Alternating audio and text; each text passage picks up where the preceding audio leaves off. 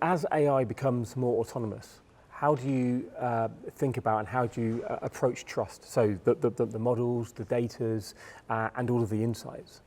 That's a really fundamental question because it's very easy to just blindly accept and follow AI and then lead yourself into trouble. So we, at the moment, really treat AI just like another team member in the team. So when it does some work, it will be reviewed by other members in the team and it will be accepted based on the answers of those reviews and what everyone thinks about it.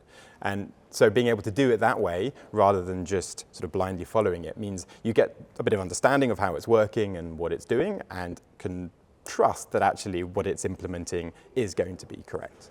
There are some other things you can do. So for example, having models that can explain why they're making certain recommendations or why they've reached a particular conclusion and can sort of show you their reasoning or their working can build a lot more trust because you can kind of understand, okay, I can see how it's logically reached its progression to the end, and I can see the data it's using, and I can understand that, yes, all of these steps are correct, so probably the answer is going to be correct as well.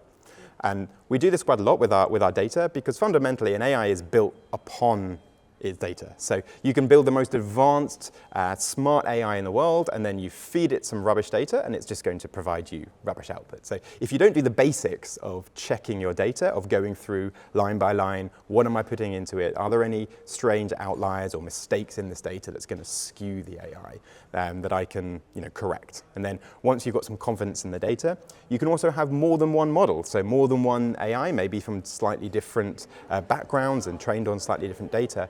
And then you can use that to see whether they agree. Just as you might ask many different peers, a number of engineers, does everyone have a different opinion on this? And then if they all agree, you can maybe have a bit more confidence that what they're bringing is something that is reliable. Thank you very much, Andrew, for joining us today, and it's been a pleasure. It's been great to talk to you. Thank you.